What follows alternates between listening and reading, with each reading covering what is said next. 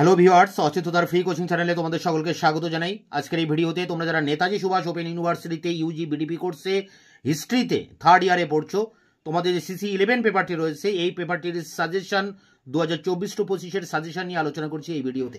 দেখো, তোমরা যারা এখন 2025 সালে সবেমাত্র থার্ড ইয়ারে উঠেছো, তোমাদের 2025 সালের সাজেশন এটি হলেও তোমরা মূলত পরীক্ষা দেবে 2024 ডিসেম্বরের সেশনে। তাই এই সাজেশন নিয়ে আমি আলোচনা করছি এখন এই ভিডিওতে। এবং এখানে বলে রাখি, সাজেশনের প্রতিটা প্রশ্নের উত্তর আমি ইতিমধ্যে চ্যানেলে আপলোড করে দিয়েছি।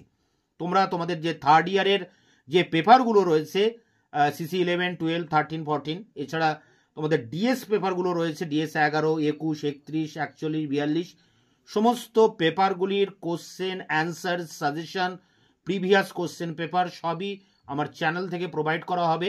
আগামী 1 সপ্তাহ থেকে 2 সপ্তাহের মধ্যে আমি সমস্ত কিছু আপলোড করে দেবো।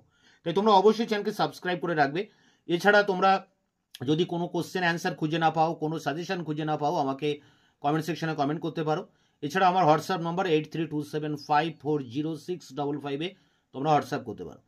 তো দেখো, এখানে প্রথমে রয়েছে বিভাগ ক, গ্রুপ এ, টোটাল 50 নম্বরের পরীক্ষা। সেখানে প্রথমে 10 নম্বরের প্রশ্ন 2টি লিখতে হবে, 4টি প্রশ্ন পরীক্ষা আসবে। তো দেখো, এখানে যে প্রশ্নগুলো আমি তোমাদের সামনে এনেছি প্রতিটা প্রশ্ন ইম্পর্টেন্ট, এবং এখানে আমি ইম্পর্টেন্ট অনুযায়ী সাজিয়েছি। তোমরা অনেকে বলো শর্ট সাজেশন, তা তোমরা যদি বলো শর্ট সাজেশন 2টি প্রশ্ন তো পরীক্ষা লিখতে হবে, 4টি প্রশ্ন আসবে, তাহলে প্রথম 4টি তোমরা করবে। যদি তোমরা মাত্র 4টি প্রশ্ন দেখে যেতে চাও তাহলে প্রথম 4টি ইম্পর্টেন্ট। যদি 6টি প্রশ্ন করে যেতে চাও তাহলে প্রথম 6টি করবে। যদি টপ 10 কোশ্চেন করতে চাও তাহলে প্রথম 10টি প্রশ্ন করবে। এইভাবে ইম্পর্টেন্ট অনুযায়ী, ক্রম অনুযায়ী আমি কিন্তু এই সাজেশনটা তৈরি করেছি। এখানে প্রথম প্রশ্ন সর্বাধিক ইম্পর্টেন্ট, তারপরেরটি তারপর, এইভাবে আমি এখানে সাজিয়েছি। তাই এর ভিতর থেকে তোমরা শর্ট সাজেশন নিজেরাই তৈরি করে নিতে পারবে। তো দেখো, যে সমস্ত প্রশ্নগুলো না করলে নয় সেই সমস্ত প্রশ্ন আমি এখানে তুলে ধরেছি। প্রশ্নগুলো দেখে নাও।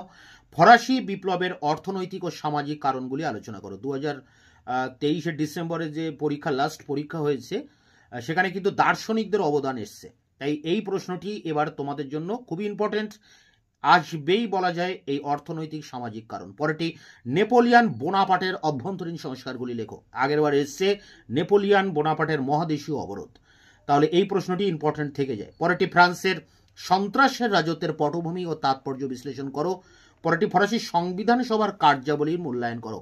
এই 4টি প্রশ্ন যদি তোমরা করো, আশা করি এখান থেকেই তোমরা 2টি প্রশ্ন কমন পেয়ে যাবে।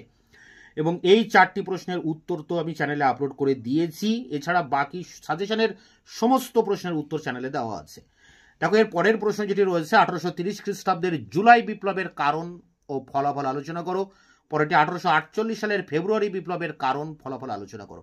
2টি ইম্পর্টেন্ট প্রশ্ন, একটি জুলাই বিপ্লব, একটি ফেব্রুয়ারি বিপ্লব, দুটোর একটা কিন্তু পরীক্ষায় আসবে, যেহেতু আগের বার এই সমস্ত প্রশ্নগুলো পরীক্ষায় আসেনি।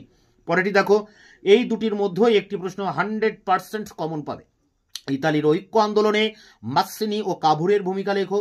পরেরটি বিসমার্কের নেতৃত্বে জার্মানির ঐক্য আন্দোলনের বর্ণনা দাও। এই প্রশ্নটি টিকা এসেছে আগের বার। তা দেখো, এখানে যদি তোমরা টপ 8 কোশ্চেন ফলো করো, তা এই 8টি প্রশ্ন তোমরা অবশ্যই দেখবে। তবে তোমরা আরো 2টি প্রশ্ন অর্থাৎ টপ 10 কোশ্চেন ফলো করলে তোমাদের কিন্তু পরীক্ষা সব প্রশ্ন কমন পেয়ে যাবে। দেখো, মেটারনিক তন্ত্র বলতে কি বোঝায়, এটি কেন ব্যর্থ হয়, এটিও কিন্তু আগের বার পরীক্ষায় টিকাতে এসেছে। এবার তোমাদের জন্য 10 ইম্পর্টেন্ট। এবং পরেরটি দেখো, প্রথম বিশ্বযুদ্ধের কারণগুলি আলোচনা করো। প্রথম বিশ্বযুদ্ধের কারণ আগের বার পরীক্ষায় পড়েছে ভার্সাই সন্ধির গুরুত্ব। সেই জায়গা থেকে প্রথম বিশ্বযুদ্ধের কারণ খুবই গুরুত্ব, প্রশ্নটি অবশ্যই ভালো করে করবে। এবং এই 10টি প্রশ্ন টপ 10 কোশ্চেন, এই টপ 10 কোশ্চেন করলে তোমরা 100% এর ভিতর থেকে প্রশ্ন কমন পেয়ে যাবে। তবুও কিছু কোশ্চেন এর পরে তোমরা এক্সট্রা কোশ্চেন হিসেবে দেখতে পারো। দেখো, এখানে কিছু এক্সট্রা প্রশ্ন আমি রেখেছি, এই প্রশ্নগুলোও কিন্তু ইম্পর্টেন্ট রয়েছে।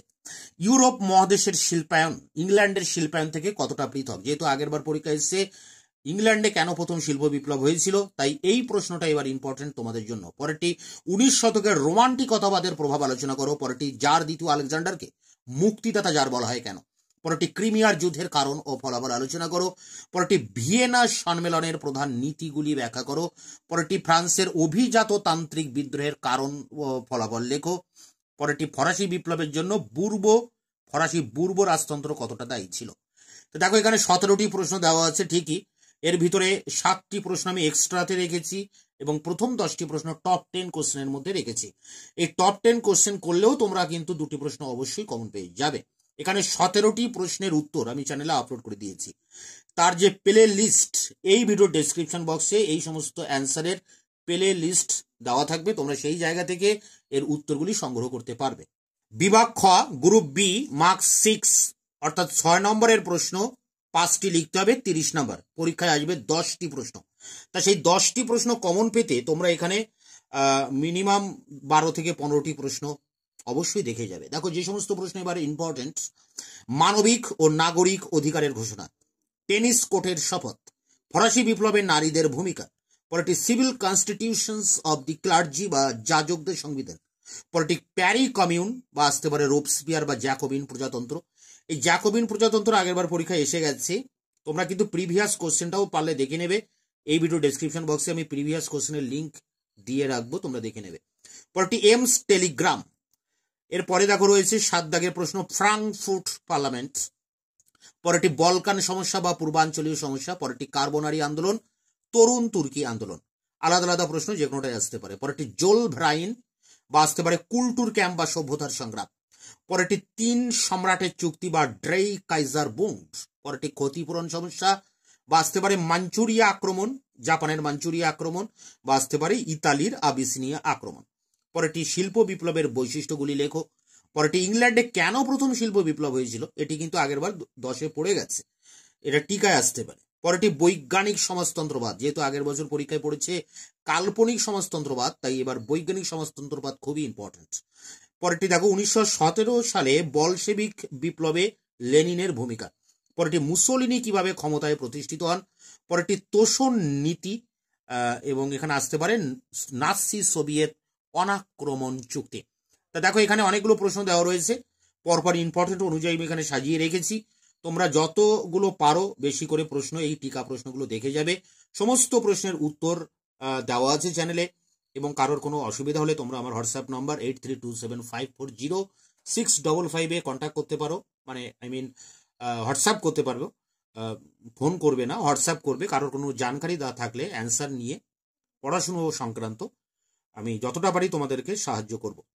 এছাড়া তোমাদের যে অ্যাসাইনমেন্টের পরীক্ষা হবে, তোমাদের এই 6টি বা 8টি পেপারের সমস্ত অ্যাসাইনমেন্টের অ্যান্সার আমি চ্যানেলে আপলোড করে দেবো। তোমরা আমার চ্যানেল ফলো করলে, যারা করেছিলে সেকেন্ড ইয়ারে, তোমরা জানো আমি সমস্ত অ্যাসাইনমেন্টের অ্যান্সার কিন্তু চ্যানেলে দিয়ে দিই। এছাড়া প্রতিটা প্রশ্নের উত্তরও আমি কিন্তু আমার চ্যানেল থেকে প্রোভাইড করি, এবং সম্পূর্ণ বিনামূল্যে ফ্রিতে, এবং লেকচার ক্লাসের ভিতর দিয়ে। তা যাই হোক, দেখা হচ্ছে নতুন কোনো ভিডিও ক্লাসে। ততক্ষণে তোমরা চ্যানেলকে সাবস্ক্রাইব করে রাখবে, বন্ধুদের কাছে শেয়ার করবে, ভিডিওটি ভালো লাগলে অবশ্যই একটা লাইক দেবে।